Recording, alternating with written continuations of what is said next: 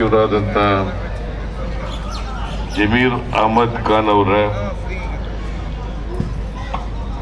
ಇಲ್ಲಿ ಭಾಗವಹಿಸಿರ್ತಕ್ಕಂಥ ಎಲ್ಲ ಮುಸಲ್ಮಾನ್ ಬಾಂಧವರೇ, ಇತರ ಎಲ್ಲ ಸ್ನೇಹಿತರೇ, ಮಾಧ್ಯಮದ ಗೆಳೆಯರು, ಇವತ್ತು ಇಡೀ ಭಾರತ ದೇಶದಲ್ಲಿ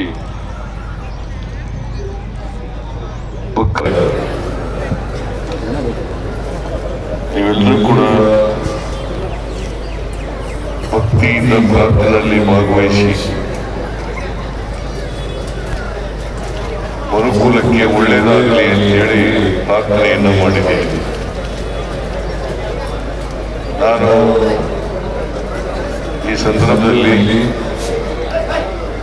ಎಲ್ಲ ಮುಸಲ್ಮಾನ್ ಬಾಂಧವರಿಗೆ ಹಾಗೂ ಇತರರಿಗೆ ಬಕ್ರೀದ್ ಹಬ್ಬದ ಶುಭಾಶಯಗಳನ್ನು ಕೋರಲಿಕ್ಕೆ ಬಯಸ್ತಾ ಇದ್ದೇನೆ.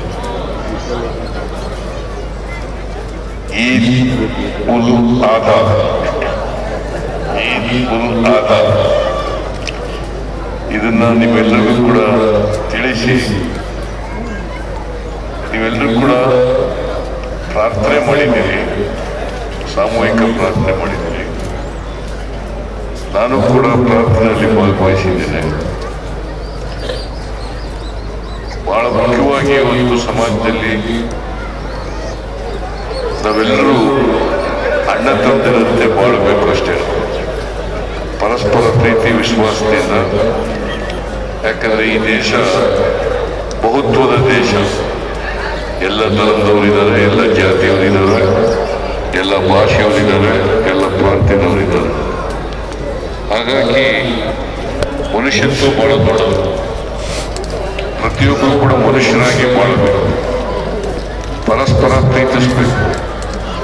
ಎಲ್ಲಕ್ಕಿಂತ ಮುಖ್ಯವಾಗಿ ಪ್ರತಿಯೊಬ್ಬರಲ್ಲೂ ಕೂಡ ಸಹಿಷ್ಣುತೆ ಬರಬೇಕು. ಇನ್ನೊಬ್ಬರನ್ನ ಸಹಿಸ್ಕೊಳ್ತಕ್ಕಂಥ, ಇನ್ನೊಂದು ಧರ್ಮವನ್ನು ಸಹಿಸ್ಕೊಳ್ತಕ್ಕಂಥ, ಇನ್ನೊಂದು ಧರ್ಮವನ್ನು ಪ್ರೀತಿಸ್ತಕ್ಕಂಥ, ಇನ್ನೊಂದು ಜನಾಂಗದವರನ್ನ ಪ್ರೀತಿಸ್ತಕ್ಕಂಥ ಮನೋಭಾವ ಬೆಳಿಬೇಕು. ಆಗ ಬೆಳೆದಾಗ ಮಾತ್ರ ರಾಷ್ಟ್ರನೂ ಏಳಿಗೆ ಆಗ್ತದೆ, ಸಮಾಜನೂ ಏಳಿಗೆ ಆಗ್ತದೆ, ಎಲ್ಲ ಧರ್ಮದವರು ಕೂಡ ಏಳಿಗೆ ಆಗಲಿಕ್ಕೆ ಸಾಧ್ಯ. ನಮ್ಮ ಸರ್ಕಾರ ಸರ್ವಧರ್ಮ ಸಮನ್ವಯದಲ್ಲಿ ನಂಬಿಕೆ ಇಟ್ಕೊಂಡಿರ್ತಕ್ಕಂಥ ಸರ್ಕಾರ. ನಾವು ಸಂವಿಧಾನದಲ್ಲಿ ನಂಬಿಕೆ ಇಟ್ಕೊಂಡಿರ್ತಕ್ಕಂಥವ್ರು. ಸಂವಿಧಾನ ಏನೇ ಇರ್ತದ ಅದರಂತೆ ನಡ್ಕೊಳ್ತಕ್ಕಂಥ. ನಾವು ಯಾವುದೇ ತಾರತಮ್ಯ ಮಾಡಕ್ ಹೋಗಲ್ಲ, ಯಾವುದೇ ಧರ್ಮದವ್ರಿಗೂ ತಾರತಮ್ಯ ಮಾಡಕ್ ಹೋಗಲ್ಲ. ಯಾಕಂದ್ರೆ ಕರ್ನಾಟಕದ 7 ಕೋಟಿ ಜನರನ್ನ ರಕ್ಷಣೆ ಮಾಡಬೇಕಾಗಿರ್ತಕ್ಕಂಥ ಜವಾಬ್ದಾರಿ ನಮ್ಮದು. ಅದರಿಂದ ಎಲ್ಲ ಜನರನ್ನು ಕೂಡ, ಹಿಂದೂಗಳಿರ್ಬೋದು, ಮುಸಲ್ಮಾನರಿರ್ಬೋದು, ಕ್ರಿಶ್ಚಿಯನ್ರಿರ್ಬೋದು, ಬೌದ್ಧರಿರ್ಬೋದು, ಸಿಖ್ರಿರ್ಬೋದು, ಯಾರ್ಯಾರು ಕರ್ನಾಟಕದಲ್ಲಿದ್ದಾರೆ ಎಲ್ಲ 7 ಕೋಟಿ ಜನರನ್ನು ಕೂಡ ರಕ್ಷಣೆ ಮಾಡತಕ್ಕಂಥ ಜವಾಬ್ದಾರಿ ಸರ್ಕಾರ.